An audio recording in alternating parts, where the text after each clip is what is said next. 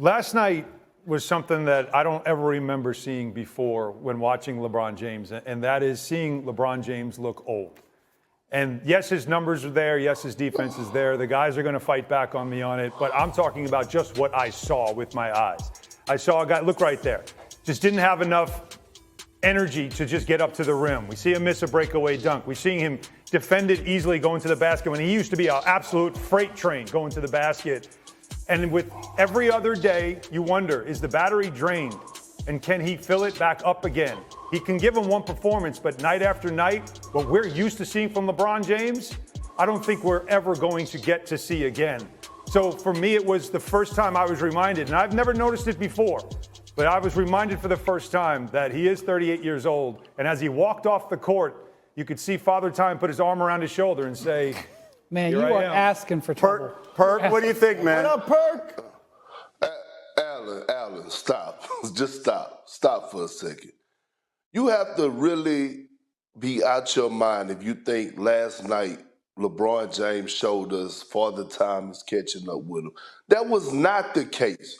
We have to look at what the Lakers are asking him to do.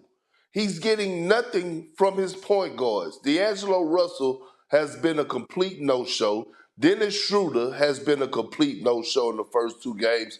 You're asking LeBron James to run the point forward at 38 years of age. He had to guard Jokic at points of time last night. That weighs on you. The guy's 7 foot, 280 pounds. So you're asking him to do that. I mean, damn. Anybody would be gassed. A 28-year-old would be gassed if you're asked to do this much because others are not stepping up to the plate. Now listen, did he settle last night and did he shoot the ball horrible from the three?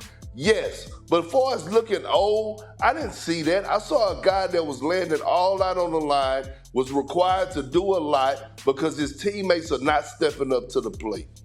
Perk, you just made my case for me. Thank you. I appreciate all of that because now we're holding LeBron James to everybody else's standard. Any other player would have been tired. It's LeBron James, not any other player. And he never used to be like that. I'm holding him to his standard. I'm not saying he's a bum now. I'm just saying it's the first time that I have watched him and thought he's not what he used to be. This is not a hot take to try to take down LeBron James. I'm just saying that jarred me watching him at the end of the game and thinking to myself, he's not who he used to be anymore because he can't do all the things you just said. He can't do it all. He used to, but he can't anymore. Well, the reality. Well, I thought he did a damn good job of actually guarding Jokic and making it tough on him last night. He did. That's a tall task. I thought he did a great job of actually orchestrate. I'm talking about, but I'm saying when he was guarding him, Jokic is going to get the triple-double, Allen, but I'm talking about as far as when LeBron James was on him, I thought he did a great job of actually making it tough more than anybody else, more than what Anthony Davis has been doing. Wendy, how do you explain? Yeah, I thought it was a winning performance from LeBron last night. He had 22 points, and the three-point shooting was bad. He had 10 assists. He had 4 steals. He had 2 blocks. Jokic was 0 of 5 with 3 turnovers when he was directly guarded by LeBron. That was the big emphasis by Darvin Ham, was to put LeBron on Jokic with sort of Anthony Davis as the backstop.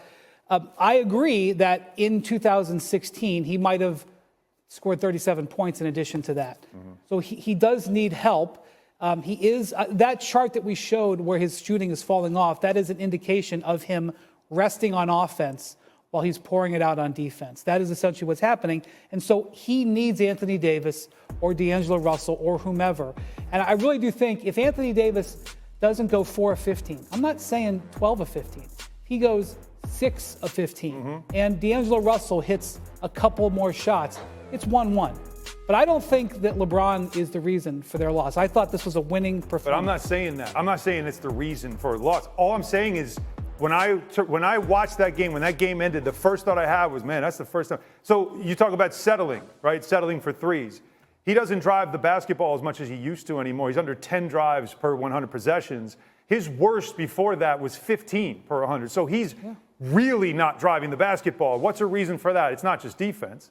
It's also the idea that I just don't have it in the tank to keep driving this basketball. It reminds me a little bit of when Klay Thompson came back from a torn ACL and a torn Achilles, And 2 months in, people are like, he's not the same guy. Look at Klay Thompson. What injury did LeBron have? Except for being 38. He's played the second most minutes Okay. in the history of basketball, and he's 38 years old. You're like, well, he looks a little old. Yeah. Yeah, no kidding. He looks a little old. Okay, 'Cause he is so a you little agree. old. He had a triple-double almost, and he guarded the guy who is literally unguardable for half the game. You keep What else making, do you want everybody him to makes my do? case for me, but says that I don't know what I'm talking about. That's like saying, Zach, you're 45. You look 45. Yeah, no kidding. I'm 45. I'm not the same guy anymore. That's just like, what are we doing? Hey, Big Perk, I know last night when I was watching the game, I said, I got to see what my boy's talking about. And last night, my man Big Perk said, I don't know if I've ever seen LeBron and AD look this damn bad at the same time. God bless America. Tell me what you meant.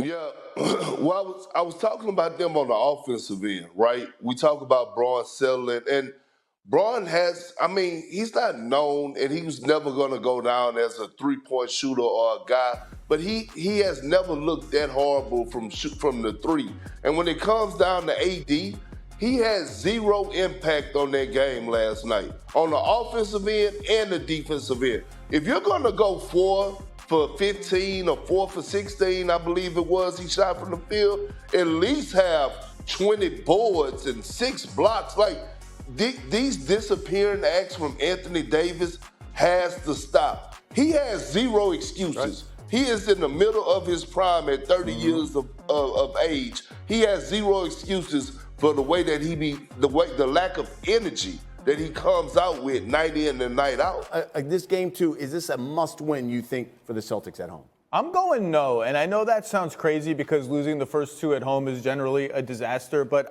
I just think the Celtics are kind of a scattershot, up and down great team, as scattershot as a great team can be, and I think they could win multiple games in Miami if they lose. It wouldn't be great, but I don't think they're like backs against the wall must win quite yet. They absolutely have to win this game. If they don't win this game, the series is over.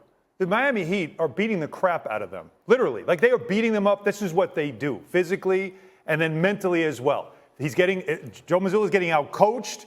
This is a dangerous game for Boston because they have been, what did Jay say? Yes, playing with their food. Like this, they've been doing this the whole playoffs, and they get away with it against Atlanta. They get away with it even against Philly. You're not getting away with it against the Miami Heat. You do not want to put blood in the water against this team, especially Jimmy Butler, when what happened last year happened. No chance. You lose this game, this series is over. Wendy? All they do is lose at home in the playoffs. They've played 7 playoff series the last year and a half. Different animal against Miami, though, Wendy. Different animal. Against everybody. All they do is lose at home. They're 10-10 at home in the last 2 playoffs. That's what they do. I was 0% surprised that they lost game 1. I expect them to bounce back. They have a talent advantage on everybody in the Eastern Conference. They have a talent advantage on Miami. Out of respect for the Heat and their expulsion, Jimmy Butler, I wouldn't expect them to lose 4 out of 5. But even if they went down 0-2, I wouldn't sit here and say the series is over. That's the nature of the Boston Celtics, is that they are all over the place. Their focus goes all over the place. If I was a Celtics fan, I would have driven my head through the wall 10 times. Oh, yeah. This team is wild. I have no idea what to expect. But when does it bite you? It has to finally catch up to you at some point. Finals last year. All they do is win games that they shouldn't win, and all they do is lose games they should win. That's who they are. So, listen, I know what to expect out of Jimmy Butler. He smells blood in the water. What about the Heat for this game? The rest of those guys, do they say, well, we already got one in Boston. What do we expect? I hope not. It doesn't seem like that's the mentality with that group. I don't imagine that Eric Spoelstra is going to have that mentality with that group where they're satisfied. No, I think they can also look at what I'm talking about. You look at Boston and you look at a team that they'll give it back to you. You look at a team that isn't always intense. You look at a team that needed Al Horford to stop practice before game 1 because he didn't feel like his team had the right intensity to get ready for a conference finals. Joe Mazzulla is throwing clipboards. He's fighting with the media. Like, you see what's happening right now with Boston, and you've got to get in their grill and make sure they stay uncomfortable because that's exactly what you want, is to take another one here and then go home. Miami is a very high variance 3-point shooting team. Oh, no doubt. So that's a big guess part of what? what They made 16 of 31 in game 1. Mm-hmm. They could go right back down, and they can do it at home just as well as they can do it on the road. Miami has a hard time for Miami to protect the lead. It's not as easy. One guy who's heard a lot is Jason Tatum, especially about what happened in that fourth quarter, the 3 turnovers, no shots. What are we expecting out of Jason Tatum tonight? a big game. I mean, he did have 30 points in game one. I mean, this is the nature of the playoffs. You're playing the best defenses over and over. You're going to have quiet quarters, shaky games. That's what it is for every great player. To go back to the Heat, remember, they won game one in New York. Jimmy Butler didn't play game two. And they didn't go into that game thinking, found money, we got our game. They damn near stole that game with smoke and mirrors and zone defense. So Allen's right there. There is no sense of like, we got the job done. They are coming for the kill tonight. That's who they are. I know you're going to the game tonight. What are you expecting, especially that? The Miami Heat, Pat Riley has the thing, ABC, always be competing. The Heat never, ever, ever relent, ever. They're down 17 with 2 minutes to go. They're not done. They're always going to be relenting. The Celtics have the more talented team. So I expect to see that. I expect to see the Celtics talent show up and the Heat to fight them tooth and nail all the way to the finish.